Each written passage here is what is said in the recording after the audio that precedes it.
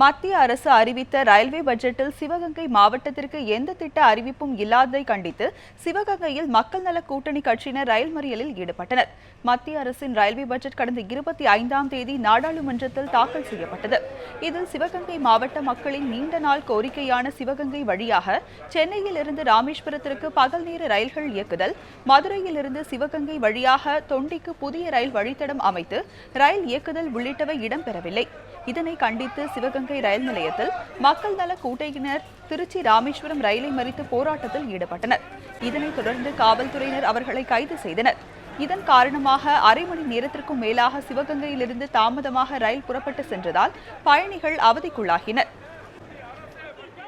இந்த ரயில்வே பட்ஜெட்டில் சிவகங்கை மாவட்டம் ஒரு மாவட்டம் இந்தியாவில் தமிழகத்தில் இருக்கிறதா என்ற கேள்விக்குறி எழுகிற வகையில் எந்தவிதமான அறிவிப்பும் நிதி ஒதுக்கீடும் ஒரு குறைந்தபட்சம் ஒரு கேவலம் ஒரு ரயில் நீட்டிப்பு கூட இல்லாத அளவிற்கு இன்றைக்கு அறிவித்திருக்காங்க.